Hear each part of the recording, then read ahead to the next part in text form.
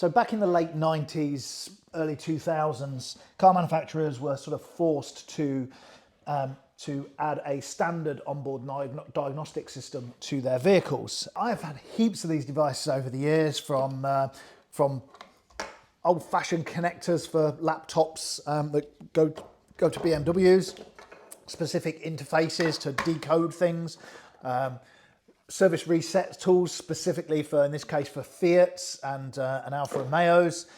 We had a Vauxhall at some stage, so I've got a Vauxhall Opcom system here. Came with the CD of the Vauxhall diagnostics tools on it. Also an old Autel system, which is just all built into the things. A little screen on there, little text screen, LED text screen on there. This worked great for my Lotus Elise. I've also got various CAN bus things here for Volkswagen, Audi Group cars. So the latest device I use is a Launch. This is a, what is it? A Launch Pro Mini V3. So it's a few years old now. It works with a Bluetooth module, talks to this sort of Android device, Android sort of iPad-y type thing. It's got the software configured on it for pretty much all manufacturers, all cars, US, Europe. And it comes with various bits of kit. I've never had to use any of this stuff because they all use a standard connector nowadays, but certainly if you connect into older cars, I've got connectors for Hondas, Toyotas, Mercs and BMW adapters. This works great. I bought this, I think it was about £300–400, something like that, and I bought it specifically to talk to a Maserati. It can do things like the clutch resets and things like that. Most of the stuff you can do on this, you can do using one of these, or one of these, or one of these, or one of these. All that cost about 2, 3, maybe 10 quid. From AliExpress, Temu, that kind of stuff. So this is what we're going to have a play with today. When you buy them, you get an option to have a Wi-Fi or a Bluetooth version. Bluetooth supposedly works really well with Android phones.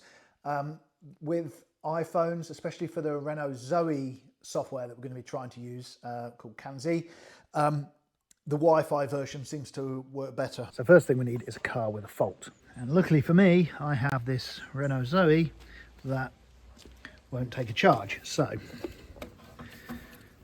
let's stick this in. Ding, ding, ding.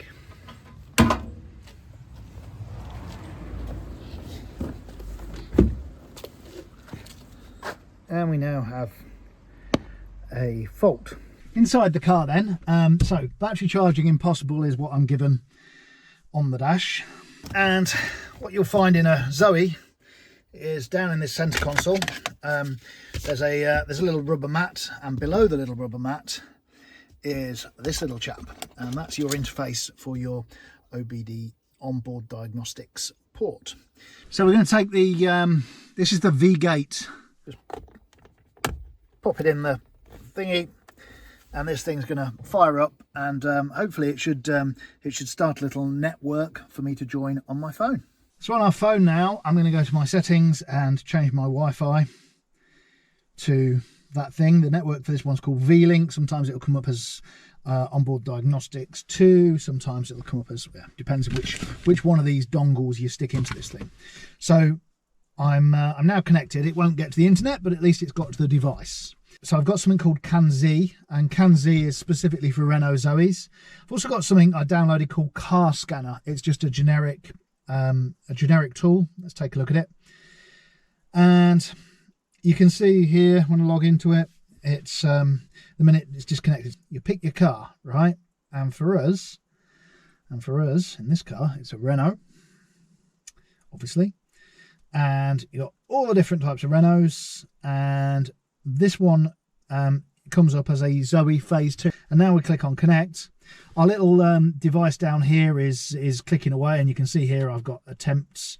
We've got a little dashboard here. Let's take a look at that. Loading dashboard. Oh, look at this.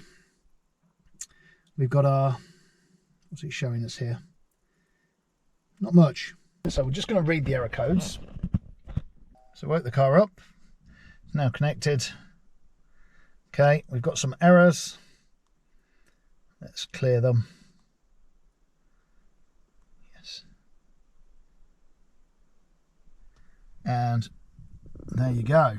Our error has just disappeared. So that's it basically. It's just a case, like anything else, of reading the codes, seeing the codes, searching them off the internet, fixing the problem, and then clearing the codes. So just for giggles, I've put this little blue version in. That one's come up as Wi-Fi ODB 11. Try this other one.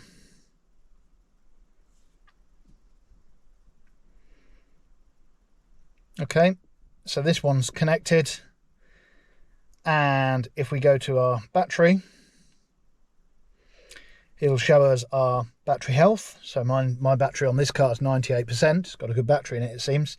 And you can see the real versus the what's shown to me battery percentages. It also will average out your cell voltages and things like that. Show you the health of your battery basically. So this one was less than £1, plus a bit of shipping obviously, and I'm connecting to it with a free app that I'm not paying anything for, and I'm able to read my trouble codes as well as see some live data and various other bits and bobs, and that's just the first app that I came across. So in the Porsche, just down on this side, see that pink one? That's where we need to stick in our little dongle again. Same sort of thing. So I failed to record this bit in the car, but basically I'm just going in, selecting the Porsche. There's kind of not the different specific models anyway that I could see, so I just clicked a generic ODBC one, and yeah, it let me connect to the Porsche, and then I could pull off the trouble codes. I've got quite a few on the Porsche that I need to sort out. Nothing too major anyway, at least I don't think too major. Again, I wouldn't really trust the values, the bit of text it's looking up, but you know, it gives you at least the codes to go and Google them. And then you can also get like live data out of this thing, so it lets you sort of click in and you can see like what the temperature sensors are picking up and all of the kinds of things like that. I mean, basically, for the sake of, you know, it was less than £1 for this little bit of plastic. So if your car's less than 25 years old, chances are one of these things is going to work. You're going to be able to connect to it using your phone, using some sort of free app, read the codes off it, and it'll really help you get an idea of what's going on with your car, and you may be able to clear some codes on it and all that kind of good stuff. If you've got any recommendations of applications that are available on iOS or Android that work pretty well with your car, if you've already got one of these things, stick them in the comments below. I'd love to try out some different ones. That was the first one I came across, the one I used on here, as well as Kanzi, of course. So hope you found that useful. More to come real soon. We'll start trying to we'll try doing an insulation test on this Zoe and see if I can do it without killing myself. Happy days. Thanks so much for watching. Like and subscribe for more.